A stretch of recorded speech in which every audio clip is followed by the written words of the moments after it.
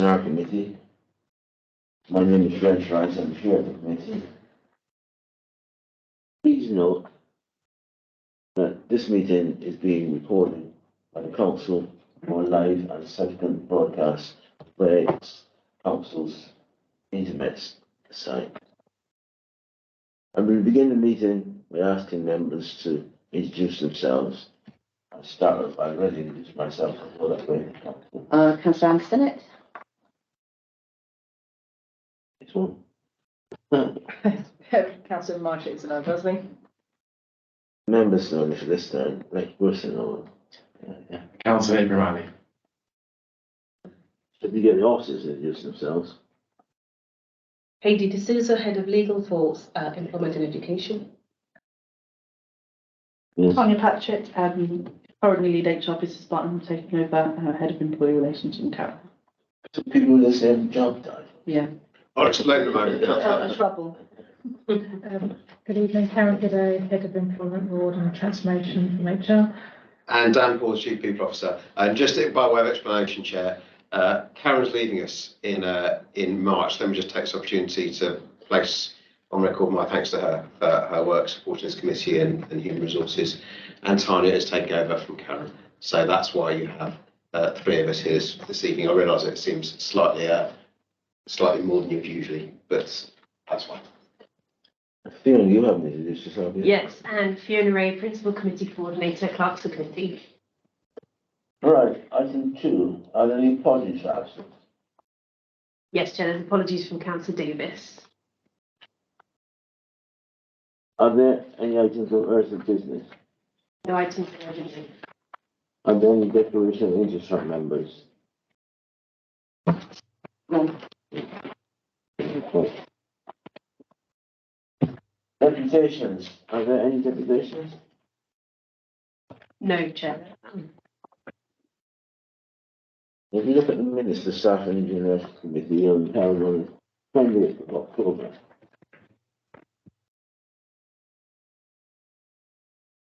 And the Special Staff and Remuneration Committee held on the 7th of November, and 9th of November, and 11th of November,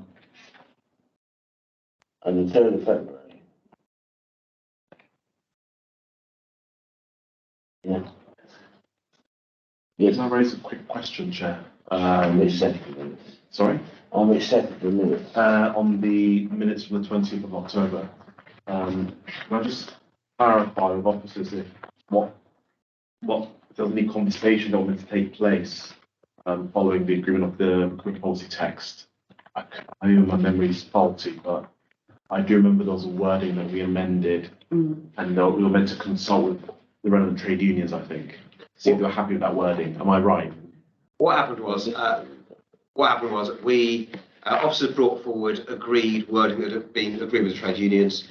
Members agreed to amend parts of the wording, but not the other part. And I went back to talk to trade unions. They remain unhappy that the committee didn't agree the full wording, but I've got no update from them this evening. Okay. So as things stand, the policy does it stand? Yes, as this committee decides the policy. So Okay. what the committee decided last time stands Okay, brilliant. until it decides otherwise. Okay, Until and if it decides. brilliant. Thank you. The minutes agreed, Ed. Agreed. Yes, thank you. People's Report, December 22, page 17 to 22. Oh, Yes, thank you very much, Chair. This is the regular people report that we provide to this committee, providing interesting and useful workforce data. I don't intend to go through the entire report because it was in the pack. There are a few things that I'd just like to point out for your attention. You'll note from the report that the off-payroll workforce has reduced between September and December, and in particular, the more highly paid off payroll workforce is reduced from 76 to 54, and that was following before that there was a rising trend, and there's been a fairly sharp downward trend in those numbers. Management have focused a lot on reducing agency staff, and in particular reducing more highly paid agency staff. over the past few months, and you can see that activity there starting to bear fruit, which I think is good news. Just another couple of things that, just to explain some statistics might look slightly odd. You'll see that the base pay has increased by 7.5%, but the headcount's only increased by 1%. Now that's as a result of implementing the backdated pay award to April 22 during this period. So that's the difference in the increase in pay versus the increase in headcount. And you may also notice that staff sickness has increased slightly. You may recall at the last committee I said this would happen over the coming year after the insourcing of homes for Haringey. The way the statistic is calculated, and because we have all of the homes for Haringey employees here now, but because we don't have all of their historic sickness recorded over the past 12 months, that number will continue to increase until they have been here for a year and the statistic is more stable. And you can see that happening there. I've looked into the data in more detail, and in fact the increase in sickness is entirely down to placemaking and housing, which is where the vast majority of homes for Haringey employees transferred into. So that just bears out my explanation statistic. I think I'll leave it there and take any questions. In terms of agency work, I just wondered about planning. For instance, planning, like have a big planning project such as say Spurs Ground in Revamp and so on. Do they take on large numbers of agency workers, specialist workers to deal with that? It will really depend, Chair, on the expected length of the project and how we can best source the appropriate workers. Now, planning is a difficult occupation to source fixed-term workers for. The alternatives the service would have would be permanent employment, which for a project is difficult. You can employ people on a fixed-term contract, we can employ them for a certain amount of time, or we could go for agency workers.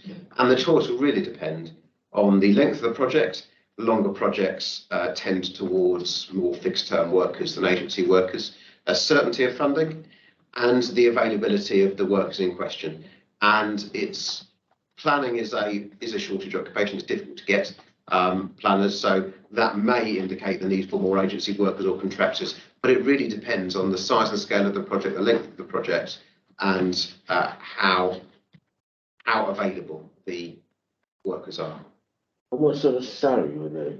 Is it on a daily basis or contractual basis or what? Again, that varies. So if we employ the workers, then they'll be on council pay rates, same as any other plan that we employ. Agency workers, it varies. Some are on hourly rates. Some of those hourly rates are commensurate to our rates. Some are higher. They may not be lower. You can't pay an agency worker less than you'd pay an equivalent permanent employee.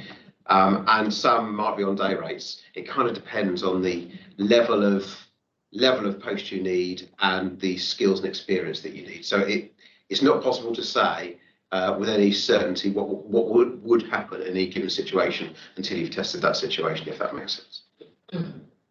Anyone? Yes. Hi, so thanks for your report.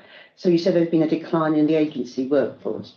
So those people who were doing the work, who's doing the work now, are they now permanent employees, or has the work that they were doing been absorbed by somebody else or other people? A bit of all of that, really. So management, the key focus of management has been to reduce the higher paid agency workforce and reduce the agency workforce for agency workers who've been here a long time. And the way that was done was to broadly attempt to recruit permanent workers. The work might have been moved to permanent workers who are already here. But what just a bit of reassurance, what we haven't done is just got rid of loads of agency workers. That isn't what's happened.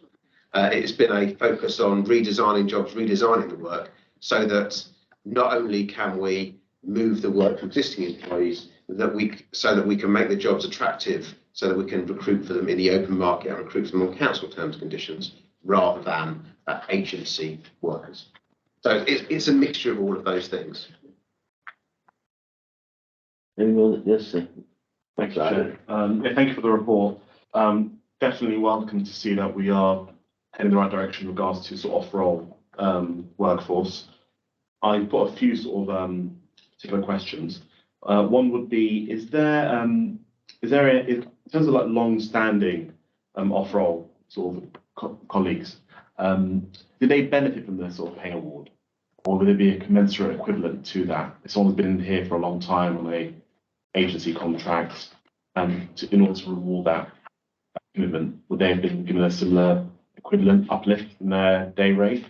If they're on the council's pay scale, then yes. Okay. If they're on the council's pay scale and meet the service requirements, so let's say a permanent employee after a year's service would receive an increment on their grade. An agency employee after a year's service would receive an increment on their grade.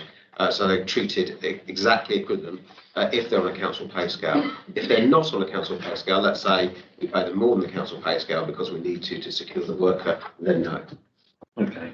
And in terms of apprentices, I've just witnessed myself a big increase in park service, for example, benefiting the planning. I've got a few people in, just really welcome. How we is there any sort of monitoring that we're doing in terms of how to keep them within the council? I know we had this conversation a few committees ago where naturally we want to get to a situation where we're not taking on a bunch of apprentices and then not necessarily guaranteeing them work in the future. Yeah. So we build that capacity. Is there some sort of thinking being done about how do we do that in order to then grow, hopefully, our apprentice base, then grow our sort of channels into getting them into employment permanent at the council? Yes, we are. There's been a lot of work done actually quite recently around whether we can formalise our approach to apprentices and recruit apprentices in a similar way as we recruit our 2 graduates a year. So on a kind of a set timetable, which will provide for, rather than individual services recruiting apprentices, will provide for a kind of self-supporting cohort of apprentices so that they can come through together, benefit from training and development opportunities, and benefit from the networking that they have with each other. But in terms of what we do with our apprentices now, yes, they're supported. They're supported by my team and by their managers. And part of the strategy is to employ apprentices and then, as they qualify, use them to replace agency workers. So we have agency workers in these services, and we're looking to grow apprentices so that we can grow our own to replace turnover, but also replace agency workers. And some of these numbers you see here aren't new employees, they're existing employees undertaking development qualifications. So that 117 number that you see isn't 117 people who will come out of an apprenticeship and we would need to find them as far as we can employ with the council. Many of those are actually existing employees who are here on permanent contracts, but are apprentices insofar as we are funding their training and development through the apprentice levy. Oh, I see. Okay. That's very useful. Thank you. Any further questions? It's been noted, is it noted? Yep. Item A short policy, district procedure, grievance policy and sabbatical policy. It is 23, it is 60. That's the chair. We'll take that item. So we've got 3 policies for you this evening. This is in line with our schedule of work that we have presented up for this meeting. You remember at the last committee we had one of our well-used policies, which was sickness, and here we've got another 2 well-used policies in terms of the discipline and grievance policies. Both of those have been reviewed. One we last looked at in 2018 and 2019, and we've also got a new policy for your approval. So if I may, Chair, I'll take the grievance policy first and then happy to take questions on each policy as we go. It'll probably be easier. So in terms of the grievance policy, that was last looked at in 2019. What we're really trying to do is refresh it based on sort of existing grievance and casework, so taking sort of learnings from that. So we've looked on some clarification and brought in some sort of best practice and making sure that our cases are being dealt with in a consistent manner. So we've got some clarification on who can raise a grievance, and particularly if they're a leaver, what they're entitled to do in terms of appeals. Also sort of the difference between perhaps raising a grievance and using our dignity at work policy. We've highlighted more about the opportunities for informal resolution, and separate to this, we're sort of looking to increase our use of mediation as a resolution, being very clear about sort of the data storage of such reports, who sees what information, where it's stored, and where, if we're using sort of external investigators. And also what happens with the recommendations as well. So where a grievance might be investigated, there might be some recommendations for the individual grievance, but more broader investigations for the service, being clear sort of the channels about how they're used. So those are the main changes for that one. And I should say for all three of these, they have been through our trade union consultation process as well. So happy to take any policies on improvements. If you're going to appeal against the decision of grievance, who hears an appeal? It's usually somebody who's more senior to the person who heard the original grievance, and it might be somebody who's more independent. So it depends on the nature of what they're appealing as well, and whether Not a member level appeal. not normally for a grievance, because it's not usually members. No grievance would be a member level appeal. I don't think we would ever have member for dismissals. We would have one. So under the disciplinary, we would have member appeals. The only point, Chair, at which members will get involved in grievances would be if it involved the head of pay service, the monitoring officer, or the chief finance officer. Yes. Is it clear in the policy that the person who hears the appeal that's more senior to them is definitely not from that department or directorate? Is that? I don't think it has to be, because it would depend on where that grievance is sat, and some departments are quite large, so could source people that are outside of their management of control, the span of control. I see what you mean. You might have if there's various different levels of management, it might be appropriate for someone to do that. I think it's around someone more senior to that person, and it might be in that management chain, it might not be, but I think it would depend on the nature of the grievance and the grounds of the appeal that they're raising. So would it be HR colleagues will determine what is appropriate, rather than that in the department internally thinking, I reckon X manager who doesn't line manage Y should do it because they're slightly far removed, but they know context? Yes, and there would always be an HR person advising the appeal and part of that appeal, so they would always be there. On occasion, an individual might appeal who's hearing the appeal. Okay. So we would consider that information. It would still be the employer's decision as to whether that was an appropriate person, but if that was raised, we would always hear that to see if that was an appropriate objection, if you like. A conflict of interest, I guess, is something that you're quite keen to ensure doesn't happen, because some of the things that I've seen on organisations is that people may not line manage people, but they're friendly with them. They may feel that the person they're complaining about is friendly with this person, so they'll want a really external, just take it to, if that makes sense, someone from a completely different department or a stranger, essentially.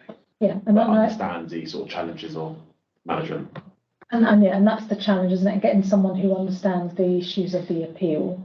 And so whether it needs to be, sometimes if, for example, if it's in children's services, we might need somebody who's got a safeguarding background, for example. So it's about that topic. But absolutely, if there was a conflict and that was raised to us, then we would consider that, because obviously that wouldn't be. Okay. And just to be clear, this grievance policy is an internal grievance policy, it's not external. It's not a member of the public who's saying the grievance against a member of staff. No, Okay. Absolutely. We may have a member of staff who's about to leave, who raises a grievance, or somebody who raises one shortly after leaving, and this is the route that we would use for that. But it's about the employee raising it against. Rather than, okay. Yes. Thank you. Just out of curiosity, what would you do then if someone raises a grievance after they've left? What are the implications for the person who's been? So we try to sort of make that clear in terms of then if they've made that after they've left, we would expect it to be in a timely way. But some occasionally people will raise issues in their exit interview, for example, which could be perceived as a grievance. So if that's the case, then we would appropriately investigate that and we would give them the outcome. And if it's raised whilst they're in employment, they'd have the right of appeal. But what we're saying normally is if it's raised after employment, there wouldn't normally be the right of appeal, but we can consider that on a case-by-case basis. And there's a focus there on risk management to the organisation There's, a sort of legal case that's ongoing as well, where it might be appropriate for us to examine some of the issues internally. And as a general question, you gauged the opinion, reason for decision, gauged the opinion of various different groups, trade unions, employment network groups, and the group of business managers, and these views are included in the final version attached. Is it a specific paragraph in it, or you've? No, it's just sort of it's a consultation process. So we have taken drafts to them, particularly for these two policies. Our trade union colleagues had a lot of discussions about both of these policies.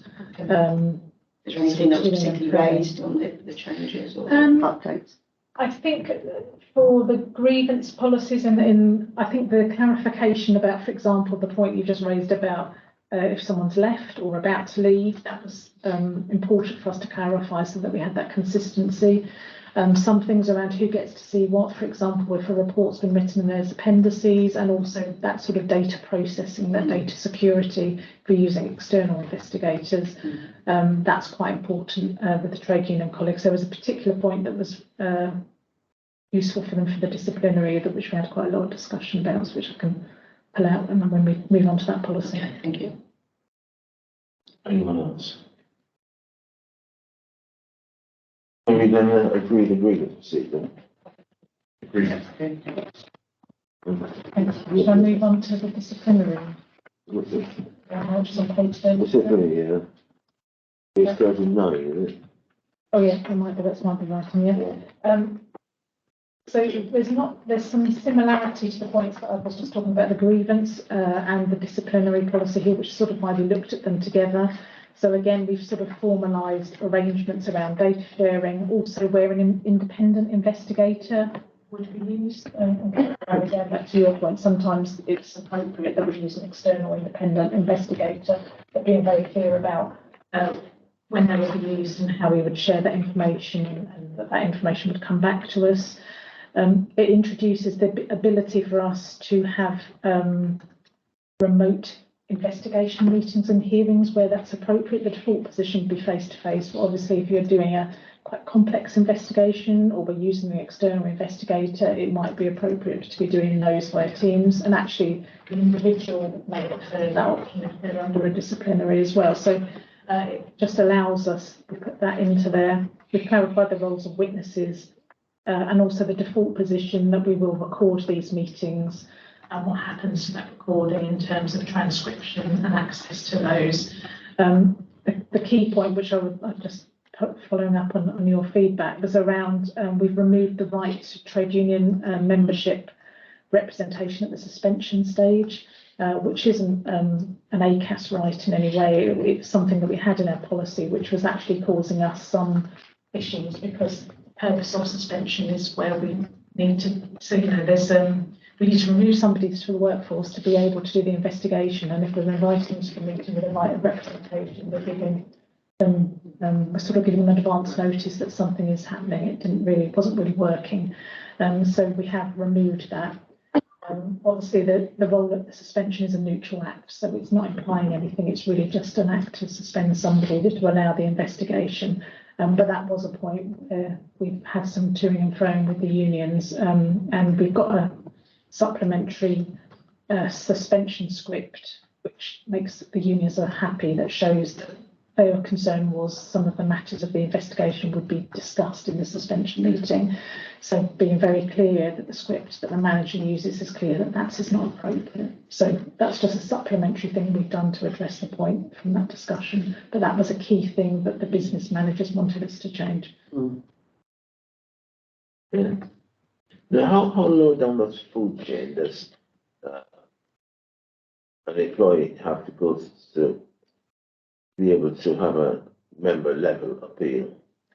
So a member, if it's a dismissal, so if they're dismissed by the council, so any member of staff who's dismissed, if they appeal, it would be a member level appeal. Any member of staff? Yes. If they're dismissed. Are you talking only very senior people? No, any dismissals, that was that's not changed in the policy. And why is it only just a review rather than rehearing at appeal stage? I think because the individual is sort of is setting out their grounds of appeal. So we're reviewing those aspects of it. What we don't want to do is take the investigation and start the process again, because often these are quite lengthy hearings that have already taken place. So at that point, it's reviewing the decisions that have been made at that original hearing and considering their grounds of appeal, whether that might be that the sanction was too harsh, whether there was bias, other aspects. So taking those points and looking at how that policy was, how that hearing took place. But wouldn't it be more transparent and fair to the employee if you have a complete new go at it at the appeal stage rather than rehash stuff that's gone on at the dismissal stage? I guess it's one way you could do it. I think that's been the decision that we've taken, and that we've had it as a review, and that's easier. That has worked in terms of being a fair process and having that appeal. Yes, That could create a loop. I I think that could create a loop as well. You have to speak up, I can't hear. I think I might be going I deaf. just lost my voice, so this is literally the moment I can go. What do you say? Okay, I'll It might create a loop.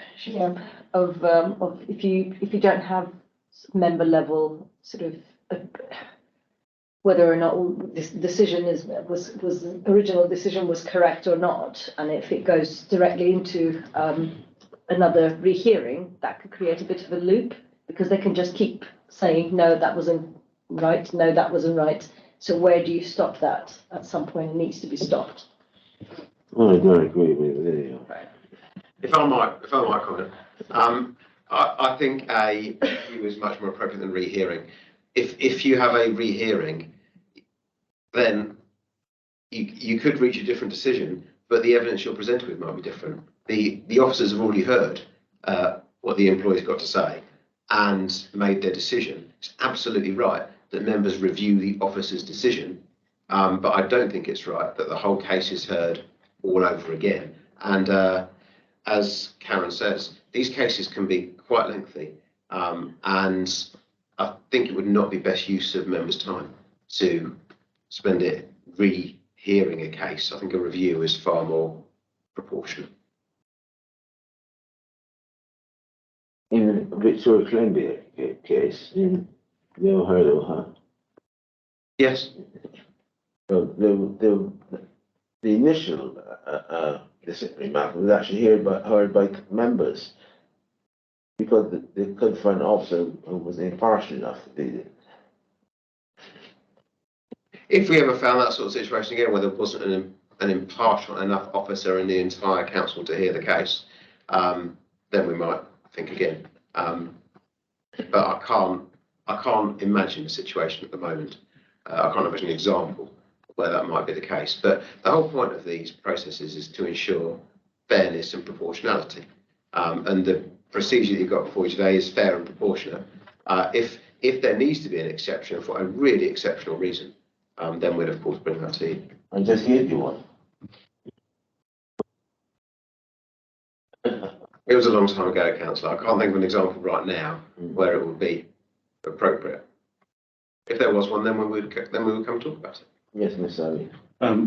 Thank you for this. I think I want to come back to the suspension. I do understand it's a neutral act, and I'm glad we're following the ACAS approach. I did find it quite interesting that there was a river treaty at that stage, which is not the norm in other organisations. But one thing I'm quite keen to understand is this particular phrasing to do with an alternative suspensions. I understand there are scenarios because of protection, safeguarding, where a suspension must be applied, but I do want almost a default option to be everything but suspension. So is there a way in which that's determined? Is there a threshold in which a decision is made in a matrix that says, we can put them on guarding leave, we can reassign them to duties, we can have a different supervisor or additional or change of duties until we can manage or contain this investigation? I do accept there are scenarios you must suspend for many legitimate reasons, but I'm quite keen for it to be more limited to certain real sort of circumstances. I don't know how it's decided or what the matrix internally which you have.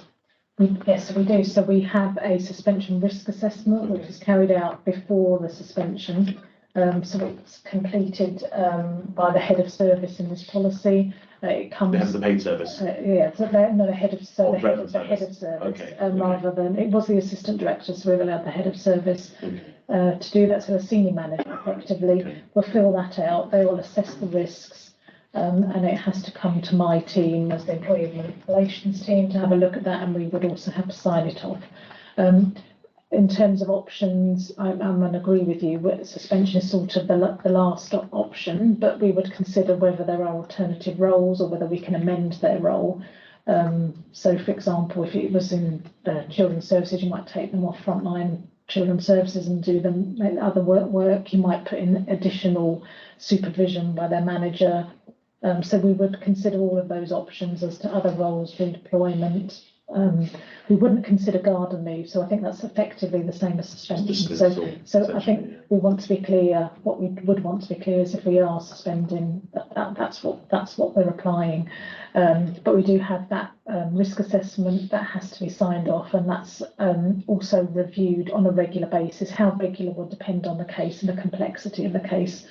And the length of the investigation, but it's something that we would review regularly. And obviously that would be able to be disclosed to the individual and their unit as well. And would HR be able to advise the relevant head of paid service if they felt this decision that it's a bit unnecessary, essentially? Is there an intervention involved in pay rather than more of a sort of balance the checks role? There's suspensions I've refused to sign off on. Okay. So That's what I was interested in. Yeah. So yeah, we have the authority to do that. Brilliant. Thank you. Anyone else on this? I think I was just sort of echoing what Councillor Annie was sort of saying. So, I mean, it was the assistant director before, now it's heads of service who can make that decision. Why you changed that? I think it was just because the heads of service are normally much more aware of the cases that were going on, and sometimes some of the necessary suspensions were perhaps delayed by having the assistant director available to review and sign it off. So often we'd get it prepared and then wait. So I think it was just to enable us to act quickly. I know this an example where, because I think I understand suspension is a neutral act. But if you're suspending somebody from one role and putting them in another role, give an example where that would be, that would happen. I think where it might be, where, for example, in some of in the front line roles, where we might have something where we don't want them to carry out any frontline work, but they could, for example, do some administrative or backroom systems work, for example. There might be an additional role or some role that they could be doing that would enable them to do that. And I suppose it's not dissimilar, but for example, a social worker who has to be accredited and have their registration, if that had lapsed for a second and they were going through that process, they can't obviously be a frontline social worker, but they could be a family support worker, for example, because they don't need that accreditation. So there's an example where that has to stop, but we can move them into doing that work. And I think the script that the managers have to go through, that kind of appeased some of the concerns that were raised.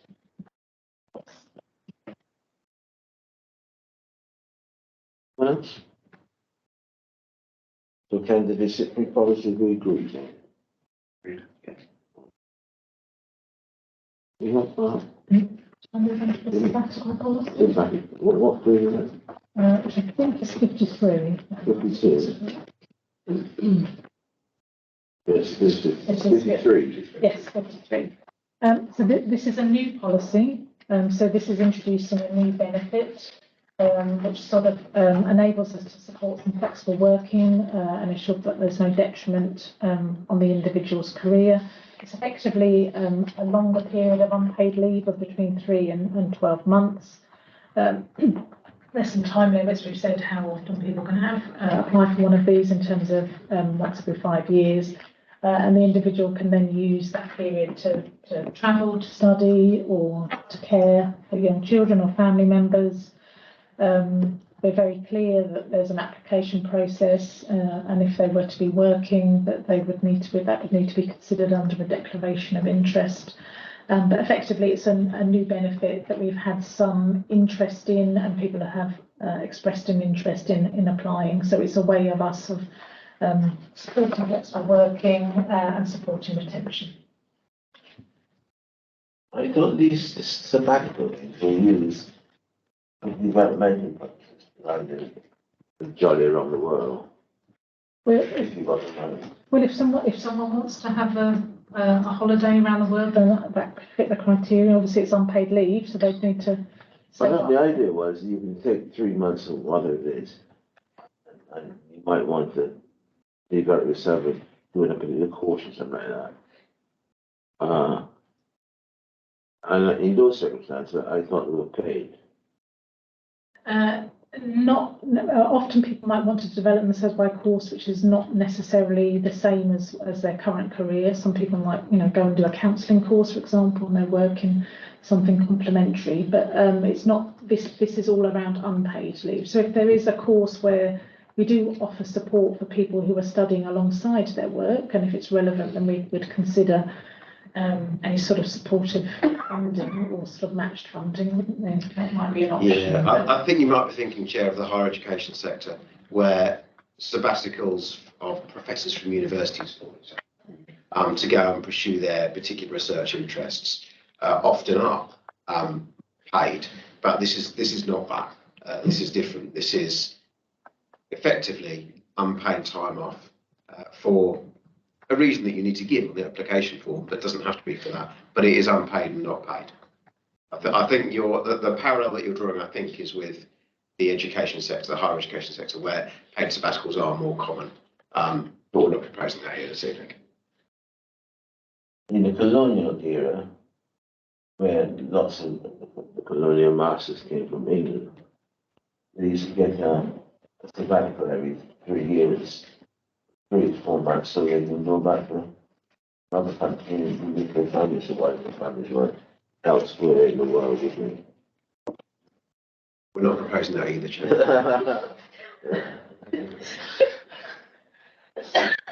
I think it's a good way of retaining, valued staff, giving them the opportunity to do something else with them. So, Right. Is there any more questions on the sabbatical? Just a very quick question. All happy to sort of actually leave the service while they're on sabbatical, change of heart, they're in protocol. As a protocol, once one returns from a sabbatical, or if they die in service, it's quite common. But if they're in protocol, they just suddenly up sticks and say, I'm interested in returning. Hopefully they would tell us and then they would resign. And they would still be required to, their contract employment is still in place, so they would be required to give the appropriate notice. Okay. Is that the agreement? So back. Agreed. I don't see that.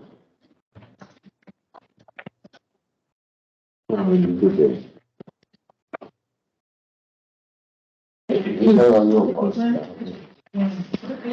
Chair, there was a slide, it was missed off. I'm just wondering if we can just introduce the piece of paper that was left on the table. It was just a forward plan for noting the policies. This thing. Yeah, we apologise. We had prepared a report on this, but through an omission at our end, it didn't make it into the report pack.